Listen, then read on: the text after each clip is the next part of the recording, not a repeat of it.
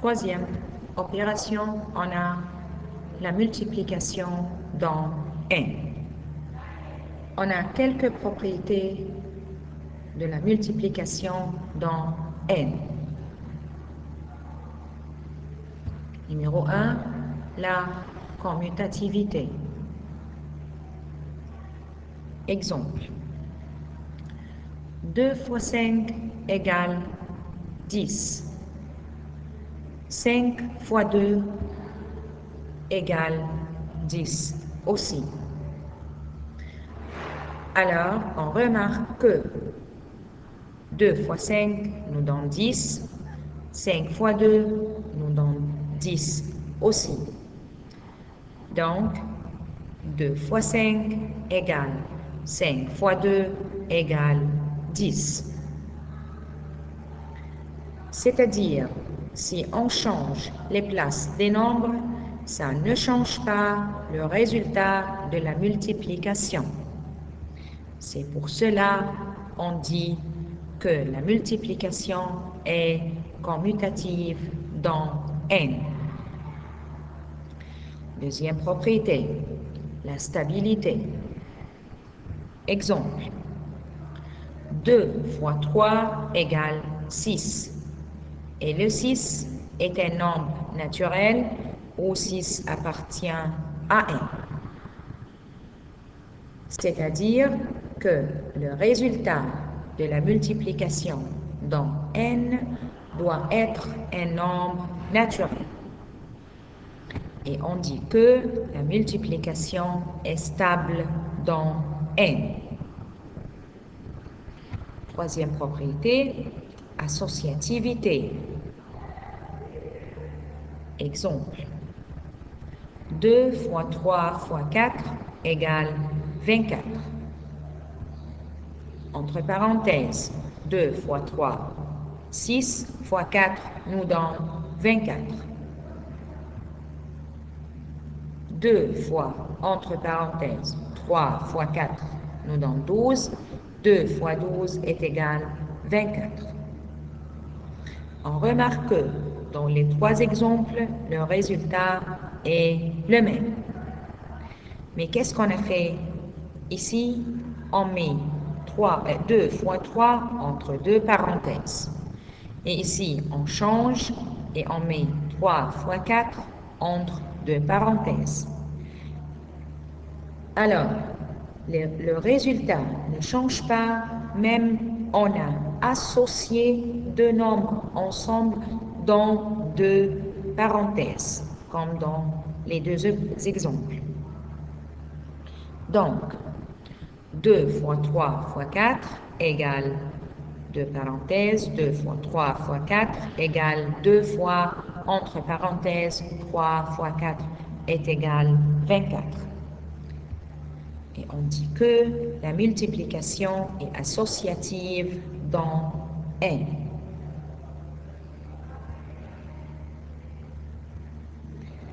Maintenant, numéro 4, l'élément neutre. Exemple. 4 fois 1 égale 4. 1 fois 4 égale 4. Alors, 4 fois 1 égale 1 fois 4 égale 4. Et on remarque que le 1 n'a aucun effet sur le 4. C'est pour cela qu'on dit que le 1 est l'élément neutre pour la multiplication dans n.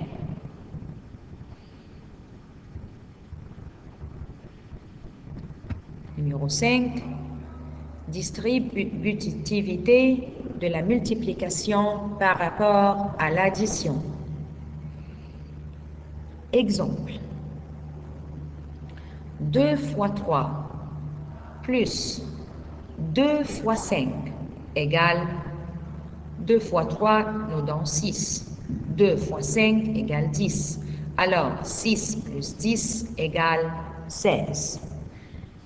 On remarque ici qu'on répète le nombre 2. On a ici 2 fois 3 et encore une fois, on a fait 2 fois 5. Qu'est-ce qu'on peut faire? On peut prendre le 2 une seule fois et le faire fois, entre parenthèses, 3 plus 5 est égal 16. C'est-à-dire, dans les deux exemples, on a le même résultat. Donc, 2 fois 3 plus 2 fois 5 égale 2 fois, entre parenthèses, 3 plus 5 égale 16. Cette propriété est appelée la distribution de la multiplication par rapport à l'addition.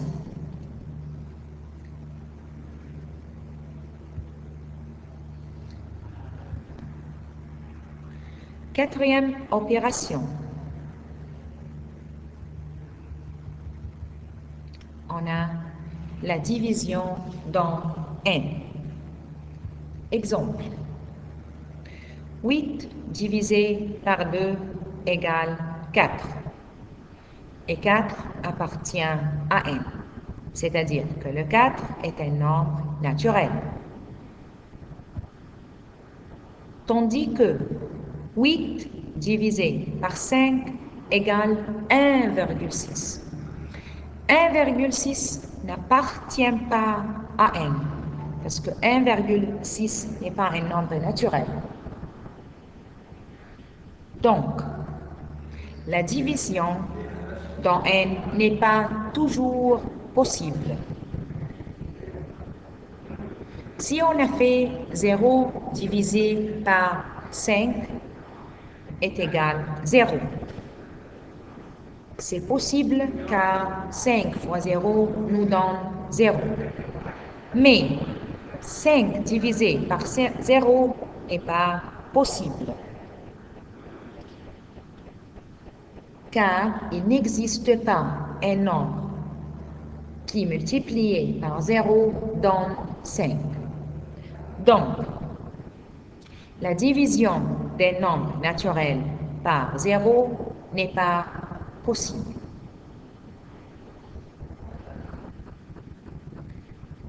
Maintenant, on a les suites numériques. Exemple. Complète les suites suivantes. Numéro 1. 3, 6 et 9. Et on a deux nombres membres. Alors, on remarque qu'on a le 3 et puis 6 et puis 9. Alors, le 3 devient 6. Comment le 3 devient 6? Le 3 devient 6 en ajoutant 3. Et la même chose, le 6 devient 9 en ajoutant 3. Et ainsi de suite. C'est-à-dire, on va faire 9 plus 3 pour obtenir le nombre suivant et on va faire plus 3 pour obtenir le nombre suivant. Alors, on commence par 3, puis on ajoute 3 pour obtenir le nombre suivant et ainsi de suite. Alors, de la même manière, les deux nombres manquants sont 12 et 15. Numéro B. 10, 8 et 6. Dans le premier exemple, on remarque que les nombres augmentent. C'est pour cela qu'on fait plus. Mais ici, on remarque que les nombres diminuent. Ici, c'est 10, puis 8 et puis 6. Alors, on va faire soustraction. Le 10 devient 8 par soustrait 2. Et le 8 devient 6 par soustrait 2. Et ainsi de suite. Alors, on va faire 6 moins 2 pour obtenir le nombre suivant. et moins 2 encore une fois pour obtenir le dernier nombre. Alors, les nombres manquants, c'est 4 et 2. Numéro C. 4, 44, 444. Cet exemple est différent un peu. Ici, on ne fait pas addition ou soustraction, mais on ajoute le même chiffre à côté le nombre. Ici, on a ici 1, 4, ici 2, 4 et ici 3, 4. Alors, c'est clair que le quatrième nombre, c'est 4, 4. Et le cinquième nombre, c'est 5, 4. Et ainsi de suite. Numéro D, on a 1 fois 1, 2 fois 2 et puis 3 fois 3. Alors, les deux nombres manquent sont 4 fois 4 et 5 fois 5. Ce sont les suites numériques.